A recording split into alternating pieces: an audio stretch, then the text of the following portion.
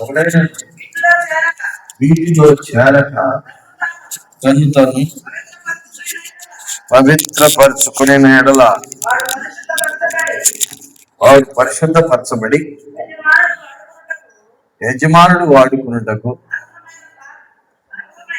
అర్హమై ప్రతి సత్కార్యమునకు సిద్ధపరచబడి ఘనత నిమిత్తమై పాత్రై ఉండను. చాలండి, చిన్న ప్రార్థన చేసుకుందాం. మహాపరిశుద్ధుడా, ప్రేమ గల మా తండ్రి, నీ పరిశుద్ధమైన నామానికే స్తుతిస్తున్నాను ప్రభా. ఈ దినము ఈ మధ్యాహ్న సమయంలో నీ వాక్యాన్ని ధ్యానించబోతుండగా తండ్రి, మీరు మాకు తోడేయండి, సహాయం చేయండి. మీ వాక్యము ద్వారా మాతో మాట్లాడండి ప్రభా. నీ వాక్యాన్ని అవగాహన చేసుకునే మనస్సు మాకందరికి దయచేయండి. మాట్లాడే దేవుడు నీవు నాయన, మా స్వనీతిని బట్టి కాక ప్రభా, నీ చిత్తంలో మీరే మాతో మాట్లాడి మమ్మల్ని మేల్కొల్పమని ప్రార్థిస్తున్నాను. దేవాన్ని సన్నిధి మాతో ఉంచి బలపరచమని, సమస్త బలహీనతల నుంచి మమ్మల్ని విడిపించమని ప్రభు యేసు నామమున వేడుకొని ప్రార్థన చేయించున్నాను తండ్రి. ఆమేన్. ఆమేన్. వందనాలండి. ఇలా దేవుని వాక్యంలో తిమోతికి రాస్తున్నటువంటి 2వ పత్రిక, అపోస్తులైన పౌలు ఈ 2వ పత్రికలో ఒక హెచ్చరిక ఇస్తున్నాడు. గొప్ప ఇంటిలో వెండి పాత్రలు, బంగారు పాత్రలు మాత్రమే కాక కర్రవియు మట్టివి కూడా ఉండును. ఈ సందర్భం ఏంటి, ఎలా అర్థం చేసుకోవాలి మనం? గొప్ప ఇంటిలో అంటే భౌతికంగా గురించి వ్రాయబడిన మాట, లేకపోతే ఆధ్యాత్మికంగా వ్రాయబడిన మాట. ప్రతి మాటను కూడా మనం అర్థం చేసుకునేటట్లుగా ఉండాలి, ఆధ్యాత్మికంగా మలుచుకునేటట్లుగా ఉండాలి. గొప్ప ఇంటిలో వెండి పాత్రలు, బంగారు పాత్రలు మాత్రమే కాక కర్రవియు మంటివియు కూడా ఉండును. వాటిలో కొన్ని ఘనతకును కొన్ని ఘనహీనతకును వినియోగింపబడును. ఇక్కడ బంగారు పాత్రల గురించి, వెండి పాత్రల గురించి, కర్రవి మట్టివి గురించి వ్రాయబడి ఉన్నాయి. వాటిలో కొన్ని ఘనమైన దానికి ఘనహీనతకు వినియోగించబడును అని వ్రాయబడింది. సాధారణంగా ఎవరు ఘనహీనత, ఎవరు ఘనము, ఎవరు వెండితో బంగారంతో పోల్చదగిన వారు, ఎవరు మట్టితో చెక్కతో పోల్చదగిన వారు, వీటిలో చేరక అని వ్రాయబడి ఉన్నది. సాధారణంగా ఎవరు దేంట్లో చేరటానికి ఇష్టపడతారు? ఘనహీనతకి, ఘనమైన దానిగా, ఘనహీనతగా. ఘనంగా ఎంచబడాలి, మన ఎవరైనా కానీ ఘనంగానే ఉండాలి. ఘనహీనతకి కోరుకోరు. తర్వాత శ్రేష్టమైనవిగానే ఉండాలి,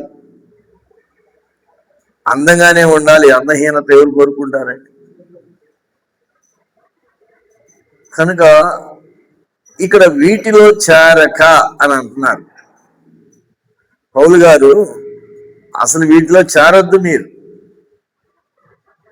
చేరక అక్కడ రాయబడిన మాట ఏంటంటే, ఎవడైనా వీటిలో చేరక తన్ను తాను పవిత్రపరచుకొని ఎడలా, తన్ను తాను పవిత్రపరచుకోవడం.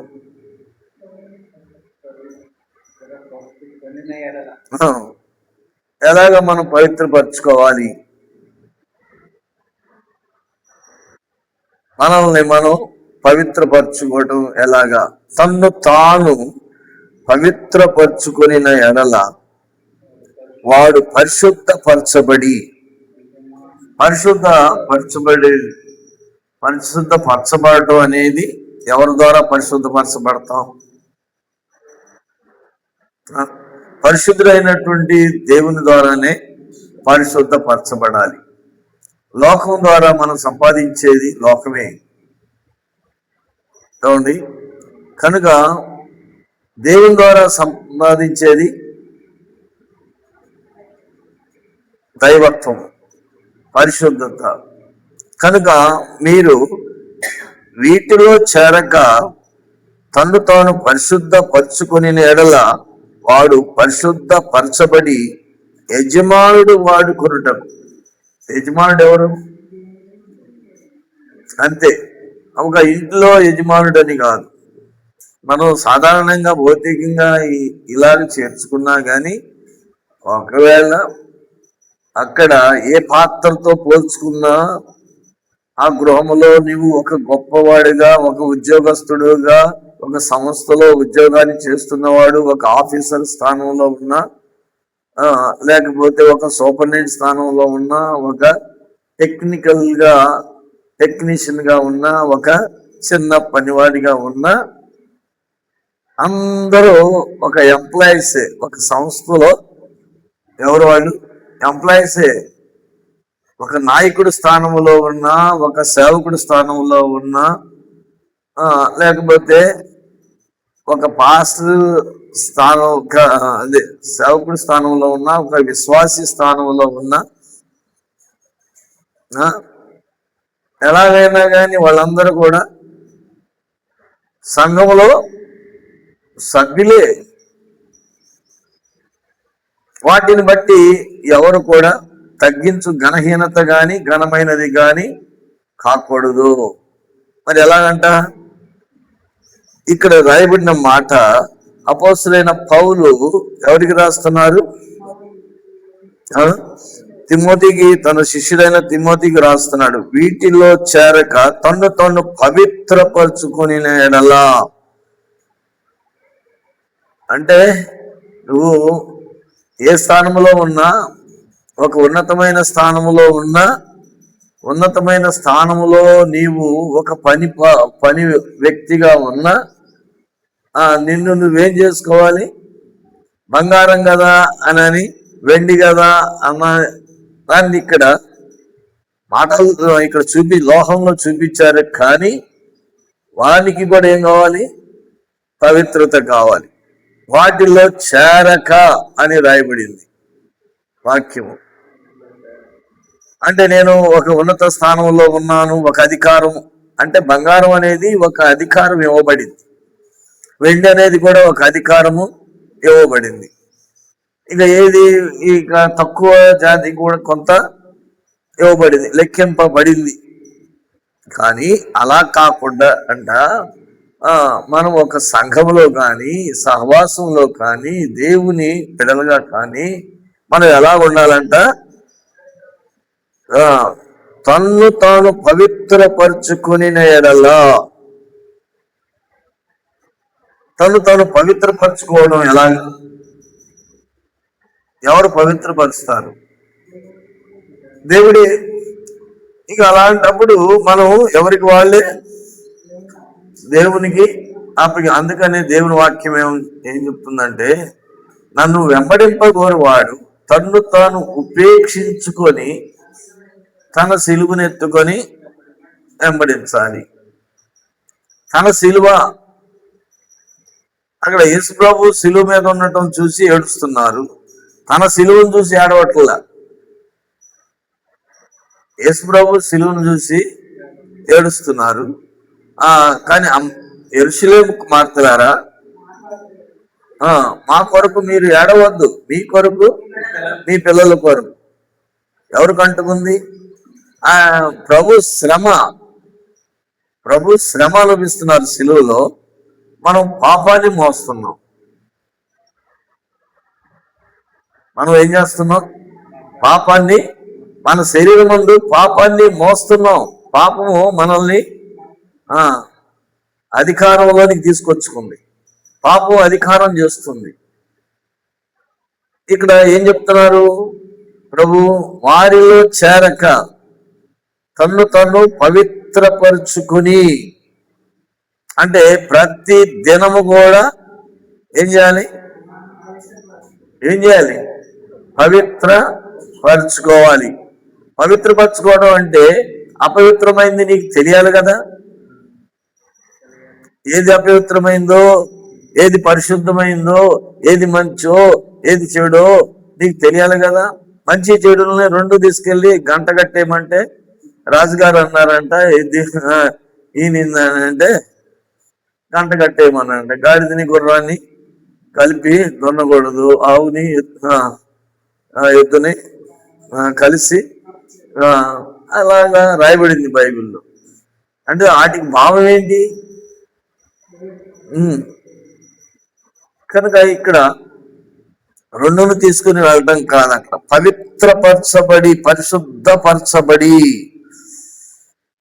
పరిశుద్ధపరచుకోవాలి.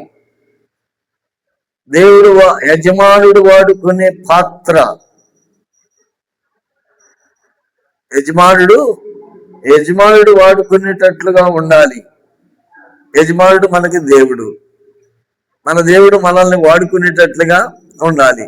అయితే యజమానుడు పనే మనం చేస్తున్నాం, యజమానుడి పనే చేస్తున్నాం, కానీ అపవిత్రమైనది కూడా ఉండి యజమానుని పని చేయకూడదా?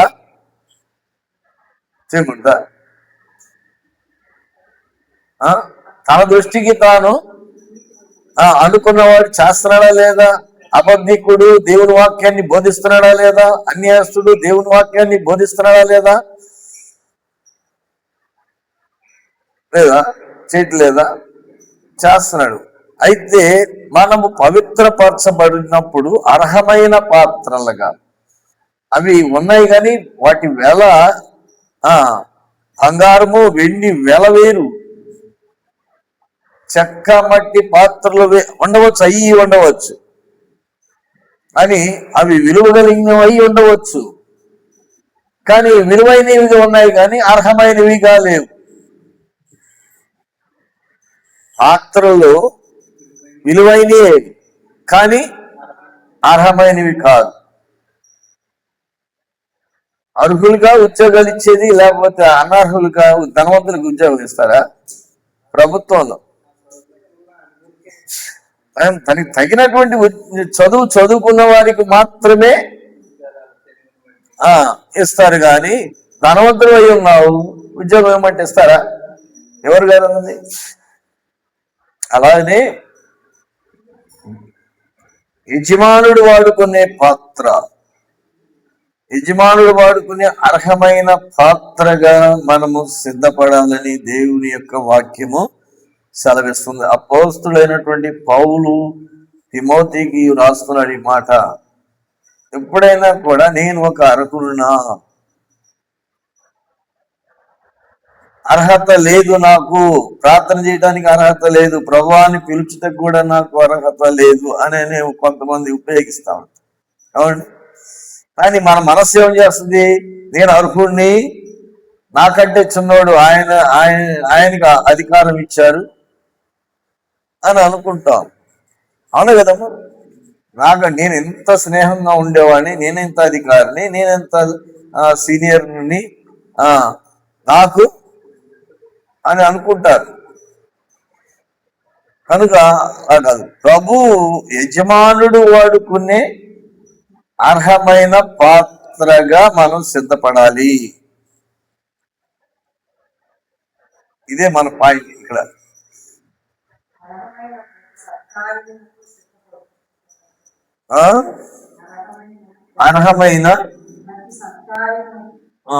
అర్హమైన ప్రతి సత్కార్యమునకు సిద్ధపరచబడి, యజమానుడు వాడుకొనుటకు అర్హమైన ప్రతి సత్కార్యానికి. సత్కార్యము అంటే మంచి కార్యాలు. అంటే దేనికి వాడబడాలి మనం? అన్నిటికీ లోకానికి వాడబడి, తర్వాత దేవునికి వాడబడే విమనస్తత్వము, విశ్వరీరము ఉంటుందా? ఉంటుంది కదా, ఉంది. కనుక ఈ శరీరము ఎలాగ వాడబడాలి? ఈ శరీరము వాడబడటానికి కూడా ఈ శరీరము పరిశుద్ధంగా ఉండాలి. దేవుని పని చేయడానికి ఈ శరీరం ఎలా ఉండాలి? పరిశుద్ధంగా ఉండాలి. పాత్ర అక్కడ పాత్రను పోల్చి పౌలు గారు చెప్తున్నాడు, అది శుభ్రం చేసుకుని మనం వాడుకుంటాం కదా. వీటిలో చేరక అంటే వాటిలోకి వెళ్ళిపోయి వాటికి ఘనత ఉంది, బంగారానికి వెండికి ఘనత ఉంది. ఒక పని ఆ మట్టికి కానీ ఆ పాత్రలకి ఘనత ఉంది, కానీ వాటిలో చేరక నీవు పవిత్రపరచబడినటువంటి వాడుగా అర్హమైనటువంటి పాత్రగా సిద్ధపడాలి. అది వాక్యం. ఇప్పుడు మనం ఎలా ఉన్నాం? రాత్రి అయ్యగారు మాట్లాడుతూ ఉన్నా, చాలా మంది ప్రశ్నలు వేస్తా ఉంటే సమాధానాలు కూడా చెప్తున్నారు. ఆ సమాధానాలు, ఇంకా కొన్ని సమాధానాలు మనలో ఉన్న ఆత్మ దేవునితో నీవు మాట్లాడుతున్నప్పుడు, దేవుని సన్నిధిలో నీవు గోజాడుతున్నప్పుడు నీలో ఉన్నటువంటివి అనుకూలమైనవి ప్రతికూలమైనవి ఏమై ఉన్నాయి? నీ మనస్సు అనుకూలమా ప్రతికూలమా?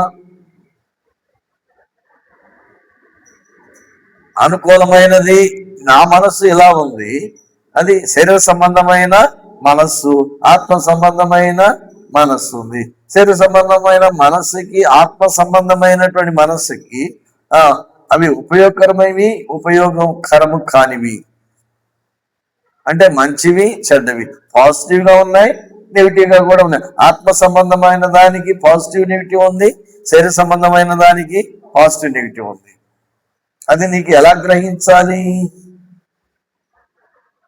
సృష్టికర్త అయిన దేవుడు అయ్యగారితో మాట్లాడాలంటే ఎప్పుడో ఒకసారి మనకు దొరికినప్పుడే మాట్లాడతాం.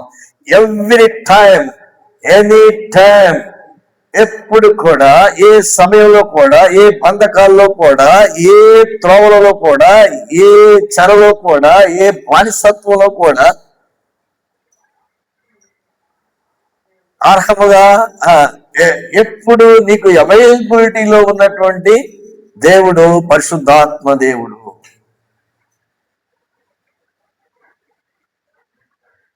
అప్పుడు మనం ఏం చేస్తాం? అందుకని మనం ఎప్పుడు కూడా మనం దేవుని వారము అనుకుంటే, దేవుని పిల్లలు అనుకుంటే దేవుని యొక్క విచారణ చేస్తూ ఉంటాం, దేవుని దగ్గర అడుగుతూ ఉంటాం.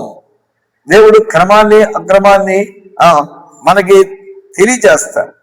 మనం అనుకుంటాం ఇక్కడ ఇది క్రమమా, ఇది అక్రమమా? నీ దృష్టికి నీది క్రమమే, నీ మాటలు క్రమమే, నీ ప్రవర్తన క్రమమే, నువ్వు జీవించే జీవితము నీకు క్రమమే. అది దేవునికి క్రమము కాకపోవచ్చును. మనం అలా చూసి మనము చేస్తున్నామా? అంతే కదా. మనకి పైన అధికారి ఉన్నారు, ఆ అధికారత్వం ఎవరిది? యజమానుడు ఉన్నాడు. ఆ యజమానుడు ఎవరు? ఆయన మనల్ని వాడుకోవాలి కదా. క్రమమా? మా చిన్న విషయంలో మా ఇంట్లో ఏమొచ్చిందంటే, నోర్మై అని అన్నా నేను. ఎవరిని? నా భార్యని అన్నా, నోర్మై అని అన్నా. అన్నానికి ఒకవేళ ఏ ఆవేశంతో దేన్ని బట్టి వచ్చేసింది, నాకు ఎందుకు రావాలి? అది తప్పు కాదు, కానీ నువ్వెందుకు అలా మాట్లాడావు అనేది నాలో ఉన్నటువంటి ఆత్మ నన్ను గద్దిస్తుంది. ఇప్పుడు నేను అర్హమైన పాత్ర అనర్హుడినయ్యానా? అర్హమైన పాత్రగా ఉన్నాను. నా దృష్టికి నేను అర్హుడిని అనుకున్నాను, కానీ నేను ఆ మాట అన్న తర్వాత నేను అనర్హుడిని గ్రహించా. ఎంతమందికి ఈ గ్రహింపు ఉంటుంది? నేను సేవకుడినిగా పనిచేస్తున్నాను, ఇక్కడ నేను అర్హతను పోగొట్టుకున్నాను అనుకున్నాను. దేవుని వాక్యాన్ని నేను ఎలా చెప్పాలి?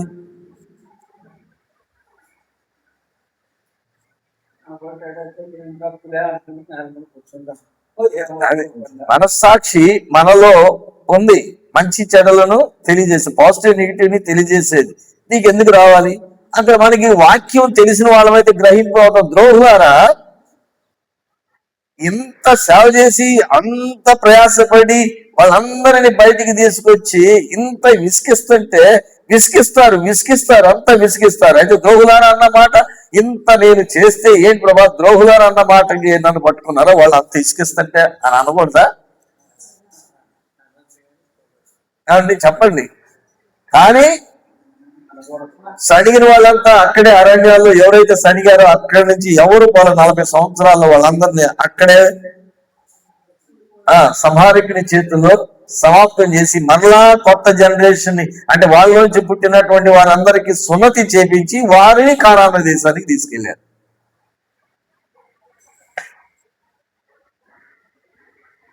కానీ వీళ్ళలో ఎవరు కూడా ఒక్కళ్ళు కూడా చేరిన వాళ్ళలో ఎవరు వాళ్ళిద్దరు మాత్రమే చేయలేరు.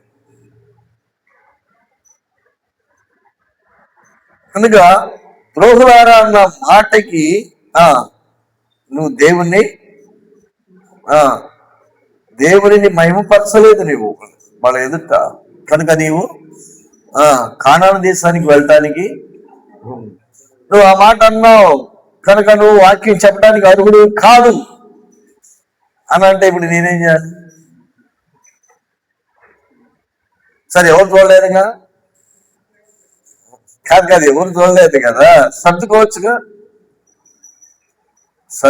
కదమ్మా. ఎవరు చూడలేదుగా? మీకు ఏమైనా తెలుసా?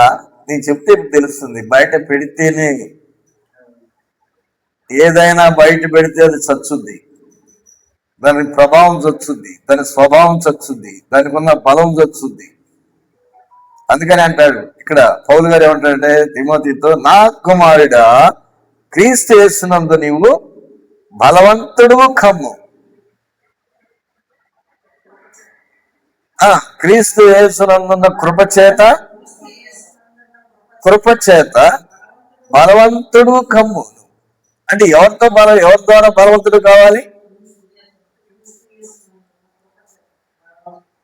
నేను వచ్చి మామూలుగా ప్రార్థన చేసుకున్నాను, మందిరంలో ప్రార్థన చేశాను, అలా మందిరంలో ప్రార్థన చేశాను, దేవుని వాక్యం చదువుకున్నాను, గడిచిపోతుంది, సమయం గడిచిపోతుంది. మళ్ళీ సాయంత్రం వండుకూరు వెళ్ళాలి, వండుకూరు వెళ్ళి వాక్యం చెప్పాలి.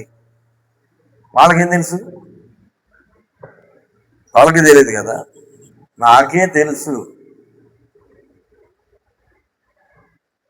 చివరికి మళ్ళీ ప్రార్థన చేసుకున్నాను, మరలా ప్రార్థన చేసుకున్నాను. నాకు సమాధానం కావటంలా. అర్హమైన పాత్రగా సిద్ధపడటానికి ఏం చేయాలి? నేను అక్కడ సమాధాన పడాలి. సమాధానమ్మా, నేను గట్టిగా మాట్లాడాను, నన్ను దయతో క్షమించుము అని అడిగాను. ఎందుకని? బూతులు తిట్టుకుంటున్నారంట, కొట్టుకుంటున్నారంట, చెడు మాటలు మాట్లాడుకున్నారు. ఏం మాట్లాడుకున్నా ఏమీ అర్థం కావట్లా మనుషులకి. గ్రహింపు లేదు. ఎండిపోయిన పాత్రలా ఎలా ఉన్నారు? అందుకని నేను చెప్పింది ఎందుకు చెప్తున్నానంటే, ఆల్వేస్ ఎల్లవేళలా దేవుని ఆత్మ నీకు తోడైంది. పొద్దున నేను చెప్పాను ఒక అతని దగ్గరికి, ఉదయాన్నే వెళ్ళిపోయి ఒక ఇంటికి వెళ్ళిపోయి దేవుడు నీకు తోడై ఉన్నాడు. అయ్యా నాకేం తెలియకుండా నేను ఇట్ట అయిపోతున్నాను. ఎందుకు ఇట్ట అయిపోతున్నాను? మళ్ళీ అదొకట, ఎందుకు ఇలాగైపోతున్నాను అని అంటే, అది విషం తాగు. విషాన్ని తాగుతావా? చస్తావుగా, ఆగ్రహింపు ఉందిగా.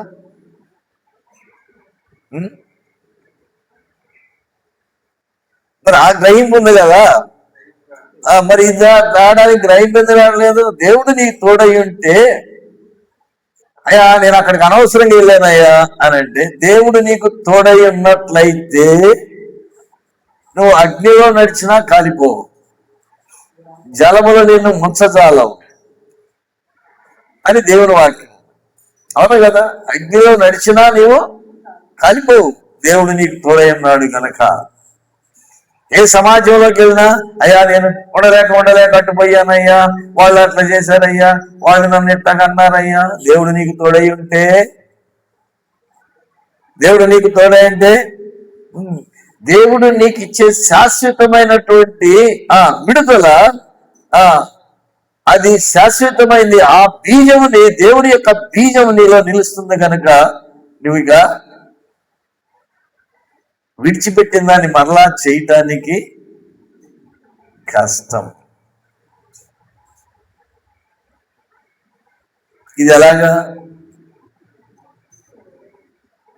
దేవుడు నీకు తోడై, దేవుడు ప్రభా నేను వెళ్తున్నాను నాకు తోడు రా ప్రభా అంటే అడిగి వెళ్ళావా, అడగకుండా వెళ్ళావా? తోడుండ అడిగితే వద్దు నువ్వు అక్కడికి వెళ్ళొద్దని చెప్తాడు కదా. మరి అడిగావా? నీ ఇష్టం నువ్వు చేసుకొని వెళ్ళిపోయావు, అంతే కదా. ఇప్పుడు శిష్యులైనటువంటి వారిలో ఒక శిష్యుడు వచ్చి ప్రభు దగ్గరికి వచ్చి, ప్రభా నా తండ్రి చనిపోయాడు, నేను చనిపోయాడు కనుక నేను వెళ్ళొస్తాను ప్రభా, పతిపెట్టి వస్తాను అని అన్నాడు. వాస్తవంగా ఉందా లేదా? న్యాయంగా ఉందా లేదా?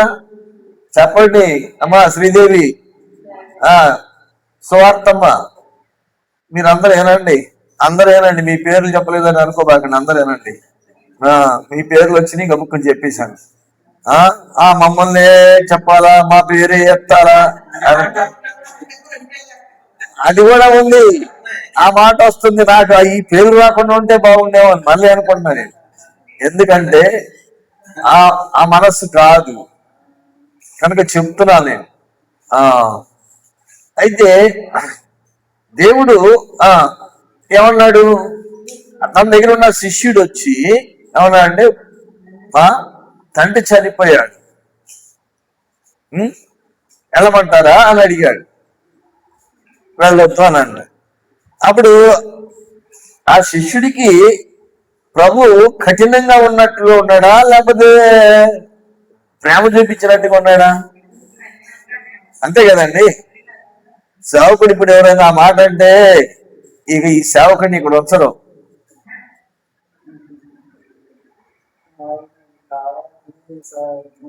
అవునే కదా.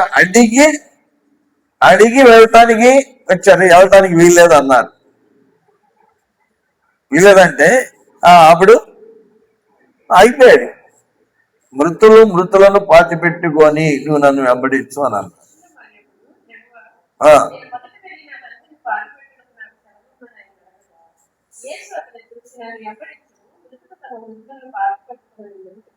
అది మరి ఇప్పుడు వెంబడించాడా, వదిలిపెట్టాడా? వెంబడించాడు. భక్తి అంటే ఇంక అదే అర్హమైన పాత్ర.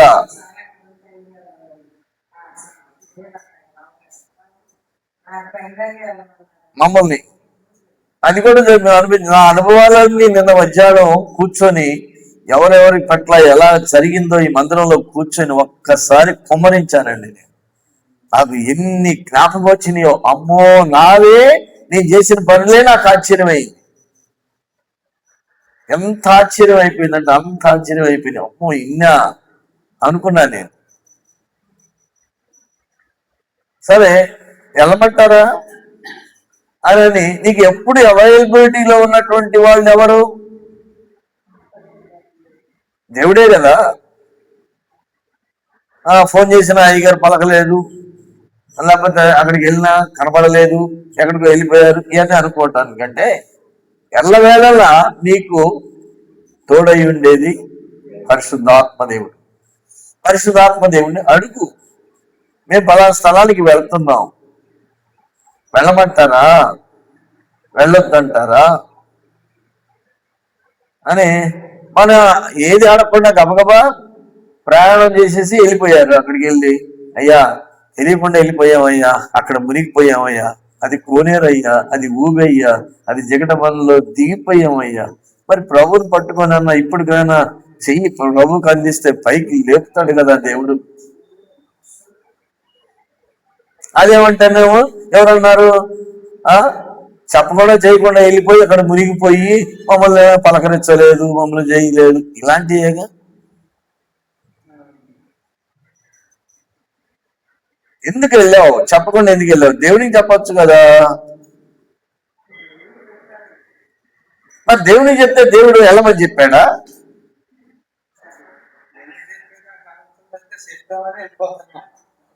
ఆ గ్రహింపు లేదు, ఆ గ్రహింపు లేదు. అందుకని ఏమైపోయావు? బలహీనం అయిపోతున్నావు. అందులో నుంచి బలపరచడానికి, మనం తీసుకుంటానికి, లేపటానికి వచ్చినా గాని అది చెయ్యందించడం వల్ల పేతురు మునిగిపోసాగాను. ప్రభు పేతురు మునిగిపోసాగినప్పుడు అప్పుడు అన్నాడా లేదా? ప్రభా నేను మునిగిపోతున్నాను అని అన్నాడా లేదా?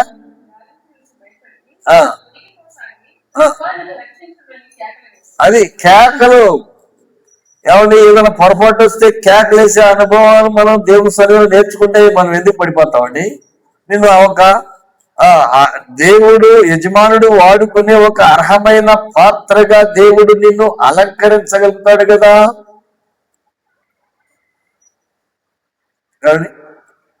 చేయగలుగుతాడు కదా. మనం చాలా విధేయులంగా ఉంటున్నాం. మన ఇష్టం మనం చేసుకుంటున్నాం. నీ ఇష్టం నువ్వు చేసుకుంటున్నాం కనుక నీ ఇష్టం నువ్వు వెళ్ళాయా. అవును, దేవుడు దయగల దేవుడు.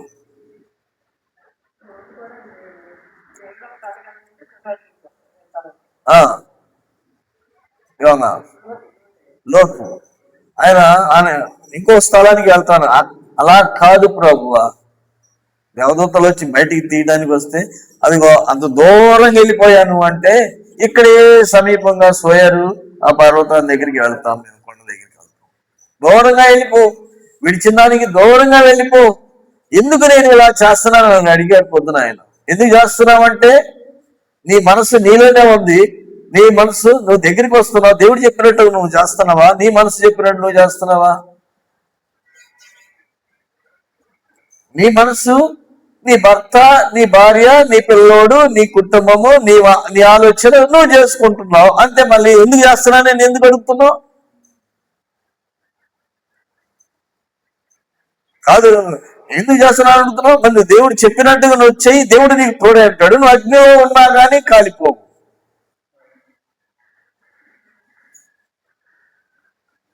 అది వాస్తవం. కనుక గ్రహింపుతో మనం దేవుడు వాడుకునే అర్హమైన పాత్ర.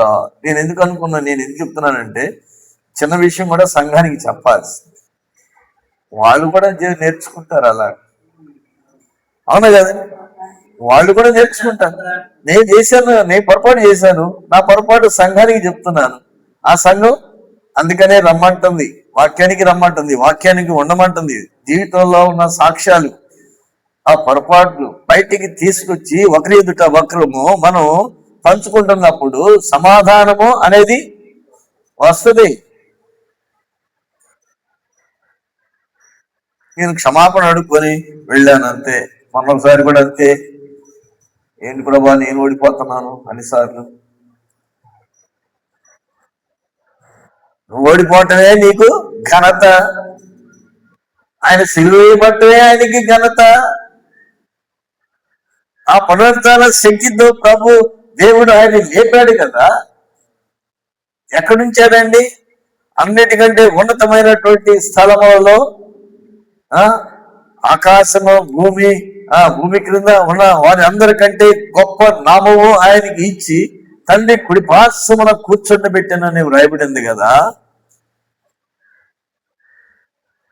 దేవుని వాక్యాన్ని వింటున్నాం కానీ ఏంటి చెవుడు వచ్చిందా?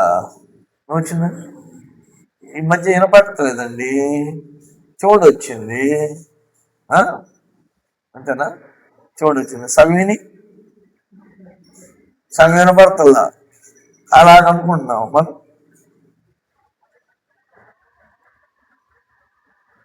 ఎప్పుడు నీకు దేవుడు తన సొత్తుగా, తన బిడ్డగా చేసుకున్న దేవుడు ఎప్పుడు నీతోనే ఉంటాడు, ఎప్పుడు నీతోనే మాట్లాడతాడు. నీవే వాటిలో చేరిపోతున్నావు. ఎట్లా చేస్తున్నావు? అది ఈ బంగారం నా స్థానం, వెండి నా స్థానం, ఎక్కడ పడితే అక్కడే కొండ నా స్థానం, ఆ? ఆ స్థానం నాది అని వాటిలో చేరవాకండి.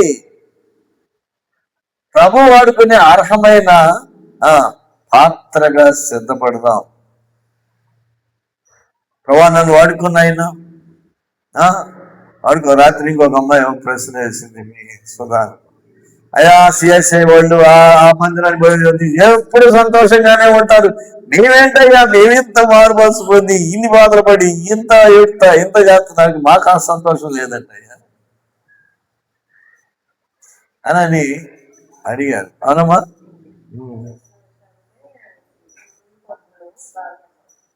బాధపడిపోతున్నాం. బాధ్యత ఎవరికి ఉంటుందండి? కూర్చున్న వాడికి బాధ్యత ఉంటుందా? వాడు శుభ్రంగా నిద్రపోతాడు, డ్రైవర్కే కదా బాధ్యత భారం అంతా అని చెప్పారు అయ్యగారు. రాత్రి కొన్ని విషయాలు నేను కూడా మాట్లాడదాం అనుకున్నాను, కానీ ఇంక వద్దులేని ఆ ఫోను కనెక్ట్ అవ్వట్లా, కానీ వింటున్నాం అంతే. డ్రైవర్ నిద్రపోకూడదు.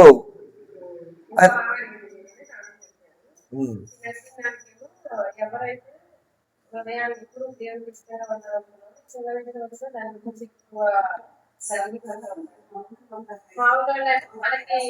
గురించి అసలు తెలియదు వాళ్ళకి,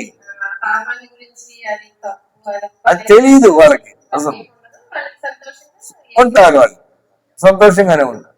మనం ఏ గుంపులో ఉన్నాం ఇప్పుడు? దేవుని గుంపులో ఉంటే ప్రతి చిన్నది కూడా నలగొట్టుకుంటాం, హృదయాన్ని పర్వాలేదు అనుకో, ఏదైనా చేస్తారు. లోకంలో ఉన్న వాళ్ళు క్రైస్తవులే, వాళ్ళు సంఘానికి వెళ్ళే వాళ్ళే, వాళ్ళు సంతోషంగా ఉన్నారు. మేము ఎందుకు ఇలా సంతోషంగా ఉండలేకపోతున్నాం? అలాగా కొన్ని విషయాలు యజమానుడు వాడుకునే అర్హమైన పాత్ర. అడిగారా మీరు? అక్కడ ప్రార్థన పెట్టాం వాళ్ళ ఇంటికాడ, మీ ఇల్లు ఎంత దూరం చెప్పండి? ఎంత దూరం మీ ఇల్లు? ఏ కంచె దాటంటే చంపేస్తారనే కదా, తిడతారనే కదా. నా నిమిత్తము తన ప్రాణమును పోగొట్టుకున్నవాడు.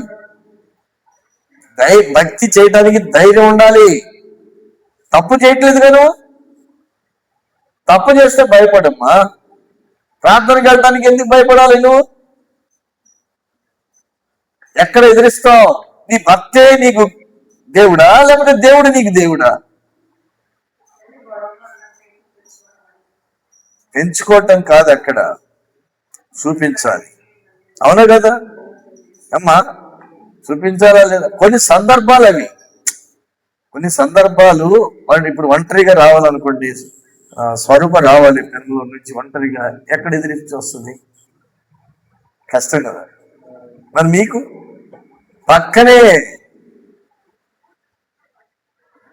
కొన్ని విషయాల్లో నేను ఈ మాటలు చెప్పడం కూడా సంఘానికి సంఘం ఐక్యత, నువ్వు ఒక ప్రత్యేకమైన వ్యక్తిగా వెళ్తున్నావంటే అర్థం ఏంటి? ఇంకక్కడ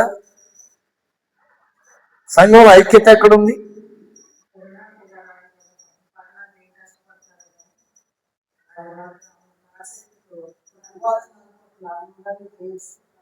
ఎవరు? వాళ్ళు ఇప్పుడు రీసెంట్ గా వచ్చారు. అయ్యా మేము ప్రార్థన మనం నేర్చుకున్నాం. ఇప్పుడు అన్నారు వాళ్ళు, అయ్యా రావచ్చా మీ ప్రార్థనకి అన్నారు. మనం ఎంత తిప్పలు పడినా కానీ, ఎంత తిరిగినా కానీ, తర్వాత కానీ ఎవరు రావట్లా. వాళ్ళు రావచ్చా అని అడిగి వచ్చారు. వాళ్ళు రావటమే కాదు, అడగటమే కాదు, కొన్ని పనులు కూడా చేస్తున్నారు. వాళ్ళు చేస్తుంటే అబ్బో చాలా సంతోషం అని చేస్తున్నారు, అని చేస్తున్నారు. వాళ్ళ క్రియారూపమైన జీవితం మనసే కాదండి, క్రియారూపమైన జీవితం జీవిస్తున్నారు కదా వాళ్ళు. మరి దేవుడు వాళ్ళకి సాయం చేస్తాడా లేదా? మనుషులా చేసేది? మరి వాళ్ళకంటే సీనియర్లవా జూనియర్లవా? ఎంత సీనియర్లేమో, అంత సీనియర్లు అయి ఉండి మొదటివాడు కడపడివాడు, కడపడివాడు మొదటివాడా? మనం వాక్యం చేత హెచ్చరించబడి బలపరచబడతాం అంతే. ఎవరిని మనం విమర్శించటం కాదు, బలం తెచ్చుకోవడానికి. అందుకని నా కుమారుడా క్రీస్తు యేసునందు కృపచేత బలపడు, కృపచేత బలపడు. దేవునికి భయపడదాం. అందరం ఎవరికి భయపడాలి? దేవునికి భయపడదాం.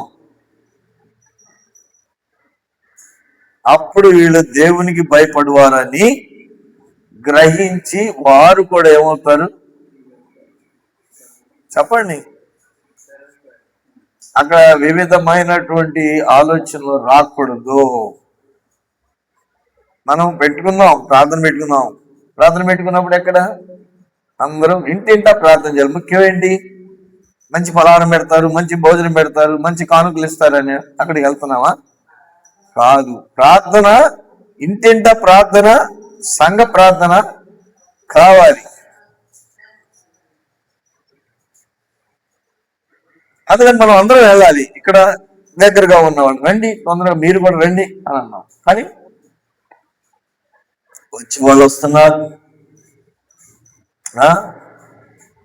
చక్కగా వచ్చే వాళ్ళు వస్తున్నారు, రాలని రావట్లేదు. కనుక ఇలాంటి కోడికలు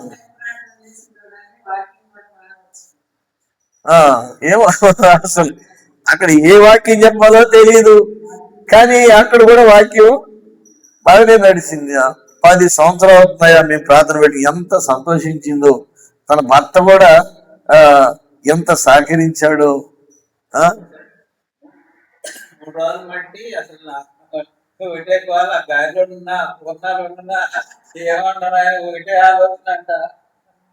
చూడండి,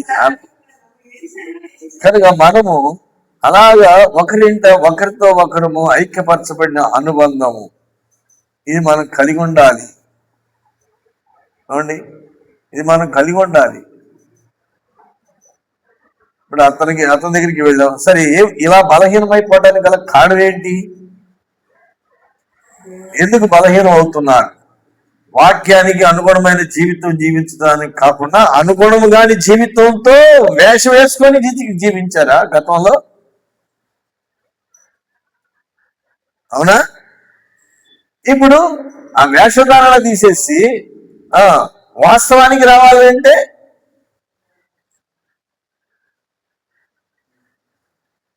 గొర్రె చర్మము కప్పుకున్నటువంటి తోడేలు బయటపడుతుంది.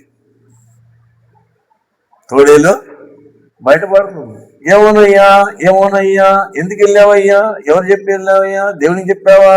దేవుని సేవకులుగానే చెప్పావా? ఎవరికి చెప్పలేదు. పోయాను, పోవటంలో నాకు అంటుకుపోయిందయ్యా అని.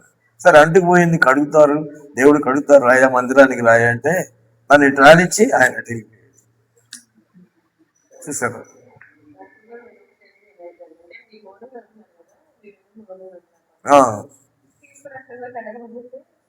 అది చెప్పారు. అట్లాగా కొన్ని విషయాలు ఆయన మానవుడే. యేసుక్రీస్తు ఆయన ఎక్స్పీరియన్స్ లో కొంతమంది అడిగి, మీరు మౌనంగా ఉంటారేంటయ్యా అని అడిగారు. మాకు అలాగే వస్తుంది, ఆ గూఢార్థం ఏమైనా ఉన్నదా కొంచెం మాకు తెలియజేస్తారంటే, అందరికీ ఒకటే మార్గము, ఒకే రక్తము, యేసుక్రీస్తు ప్రభువే మార్గము.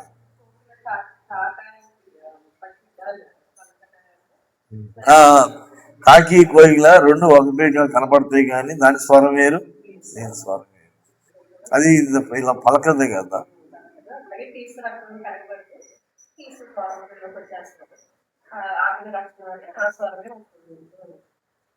కానీ శరీరంతో ఉన్నాం కదా, ఎప్పుడైనా మనకి సంపూర్ణ దేవదూతలు ఏం కావం కదా, ఇక్కడ లోకంలో ఉన్నాం కదా, ఏదో ఒకటి. అయితే ఇక్కడ చెప్పిన మాట ఏంటి? ప్రభు నన్ను వెంబడింప కోరిన వాడు తన్ను ఉపేక్షించుకొని తన సిలువను ఎత్తుకొని నా యొద్దకు రావాలి. అది మరి రోజు నీ సిలువ ఎత్తుకున్న ప్రతి దినం అంటున్నారు కదా, మరి రోజు మనకి ఏమి రావట్లేదా? ప్రతి దినము దేవుని సన్నిధిలో నీ హృదయంలో ఉన్న తలంపులతో సహా దేవుని సన్నిధిలో తీసుకెళ్లి మూట గట్టి ఆడబెట్టు. దేవుడు ఏం చేస్తాడు? ఒకప్పటికి శాశ్వతమైనటువంటి వ్యక్తిగా నిన్ను స్థిరపరచువాడు ఆయన. ఇవన్నీ మనం లోపల పెట్టేసుకొని ప్రార్థన వస్తున్నాం, పోతున్నాం, ఏం చేస్తున్నాం, ఎలా జయ జీవితాన్ని చూస్తాం, మనం ఎలాంటి జయాన్ని చూస్తాం? చూడలేము. కనుక అందరికీ చెప్పే నేను బోధించుకోవద్దా? ఇతరులకు బోధిస్తున్నా నాకు బోధించుకోవద్దా? రకరకాల ప్రశ్నలు అడిగారు అనుకోండి, అవన్నీ ఇప్పుడు మనకు కాదు. మనం బోధించుకోవద్దా? దేవుడు మనకి బోధ చేస్తున్నాడు, మనం ఎలా ఉంటున్నాం? కనుక మన జీవితం మనము రిక్తలుగా చేసుకోవడానికి ఇష్టపడాలి. దేవుడు కార్యం చేస్తాడు. నిన్ను ఒక పాత్రగా వాడుకోవాలనుకుంటున్నాడు. అది వెండి కాదు, బంగారం కాదు, చెక్క కాదు, మట్టి కాదు. దేవుని చేత పవిత్రపరచబడినటువంటి పాత్ర. అది లోక సంబంధమైన పాత్రలు కాదు, దేవుని పవిత్రపరచబడినటువంటి పాత్ర అయి ఉండాలి. ఆ పాత్రకి భయం లేదు. ఆ పాత్ర దేవుడు వాడుకునే పాత్ర. భక్తులైనటువంటి వారు అలాగనే కదా నిలిచారు. మనం ఏం చేస్తాం ఇంకా? కనుక ఇక్కడ రాయబడిన మాట ఘనత నిమిత్తమై పాత్రై ఉండును, అర్హమై ప్రతి సత్కార్యములకు సిద్ధపరచబడి, ప్రతి సత్కార్యానికి సిద్ధపరచబడి అర్హమైన ఘనతకు ఘనత నిమిత్తమైన పాత్ర. ఘనత పాత్ర అంటే ఆ పోలిక భౌతికంగా కొలిసేటట్లుగా కొలమానం ఉంటుందా? బంగారం కానీ ఎండి కానీ మనుషులు లక్ష్య పెట్టే రీతిలో ఉంటుందా? ఒక అధికారం కానీ, చదువు కానీ, ఏదైనా కానీ ఉండదు. దేవుని చేత కనపరిచబడే పాత్ర అది. నీ ప్రార్థనని మింగేస్తుంది, నీ మంచితనాన్ని మింగేస్తుంది లోకం. నీకున్నటువంటి ఆ దాతృత్వాన్ని మింగేస్తుంది లోకం. నీకున్న పరిశుద్ధతను కూడా ఏం చేస్తుంది? మింగేస్తుంది. దాన్ని మనం కాలు కింద పెట్టాల్సింది, వచ్చిన దాని చేత మింగబడిన వారంగా ఉంటున్నాం. అలాంటి వారంగా కాకుండా ఉండాలి మనం. చూడండి ఇక్కడ, చూడండి 5వ వచనం కూడా ఒక మాట చదువుకొని ముగించేస్తాను.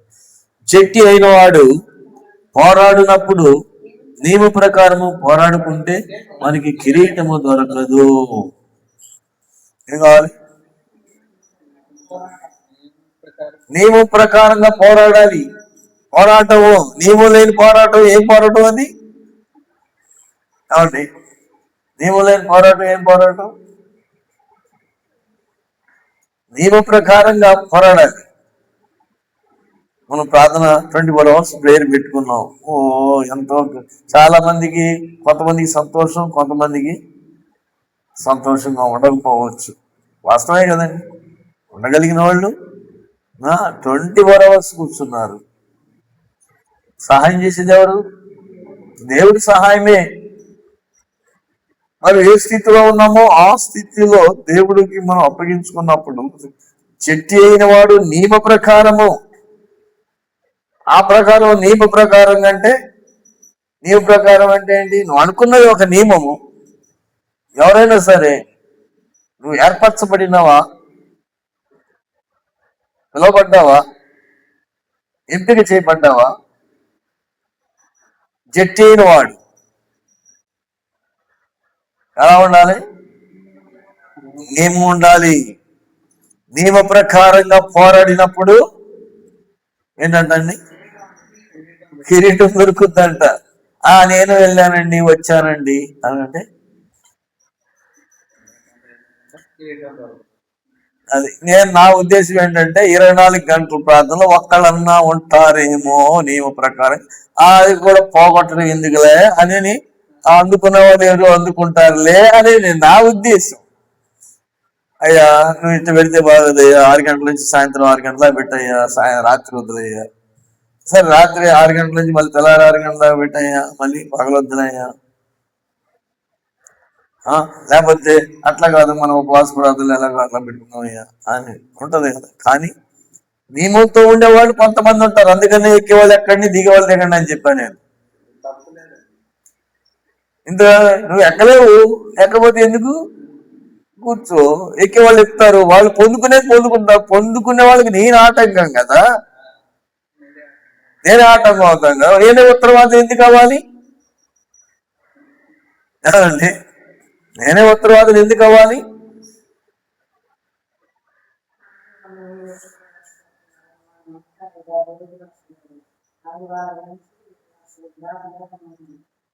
అయినా కానీ ఆ మాటలు చెప్పడానికి వీలు కాదు దేవుని దగ్గర. ప్రభా నేను అటు వెళ్ళాను, ఇటు వెళ్ళాను, ఇటు చేశాను, అటు చేశాను, అటు చేశాను, ఇటు చేశాను అనడానికి వీలు కాదు. నేను చెప్పిన పని నువ్వు చేసావా, నేను చెప్పిన పని నువ్వు చేసావా లేదా, అదే దేవుని దగ్గర నేను సమాధానం చెప్పాలి.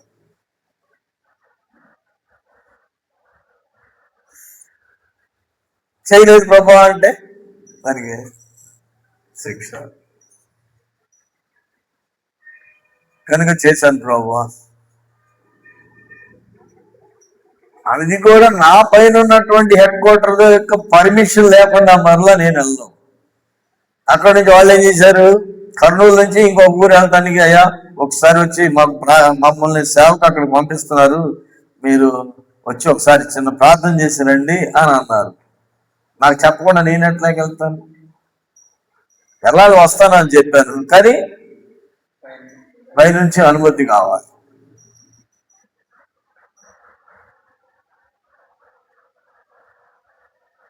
అలాగా నేను నా పని చూసుకొని నేను ఇక్కడికి వచ్చాను.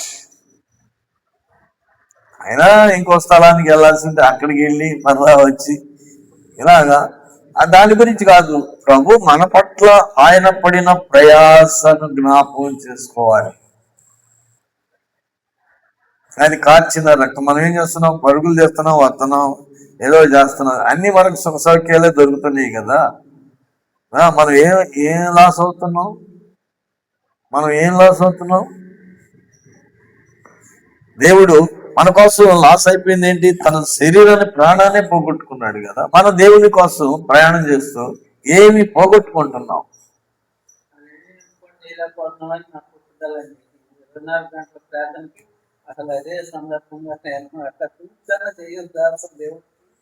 అది ఆసక్తిని పెంచుకుంటే పెరుగుతుంది, ఆసక్తిని పెంచుకోకపోతే, ఏదైనా ఆసక్తి పెరిగితే పెరుగుతుంది. కనుక నిజమైనటువంటి భక్తి చేయడానికి అర్హమైనటువంటి పాత్రలుగా మనం యజమానుడు వాడుకోవాలి. యజమానుడు మన దేవుడు మనల్ని వాడుకునే, ప్రభా నీ చేతులకు అప్పగిస్తున్నాను, నన్ను వాడుకొని ఆయన అనేది మనం ఎప్పుడైతే దేవునికి ఎవరు బాధపడద్దండి. ఒకవేళ పేరెత్తి చెప్పానని బాధపడద్దు,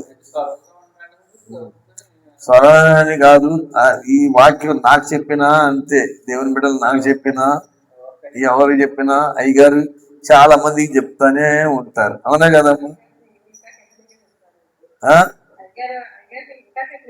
చాలా కఠినంగా చెప్తారు. అయినా కానీ అది మనకి కావలసిన ఆధ్యాత్మికమైనటువంటి కోణంలో అవగాహన చేసుకుంటే హంబుల్ వస్తాయి.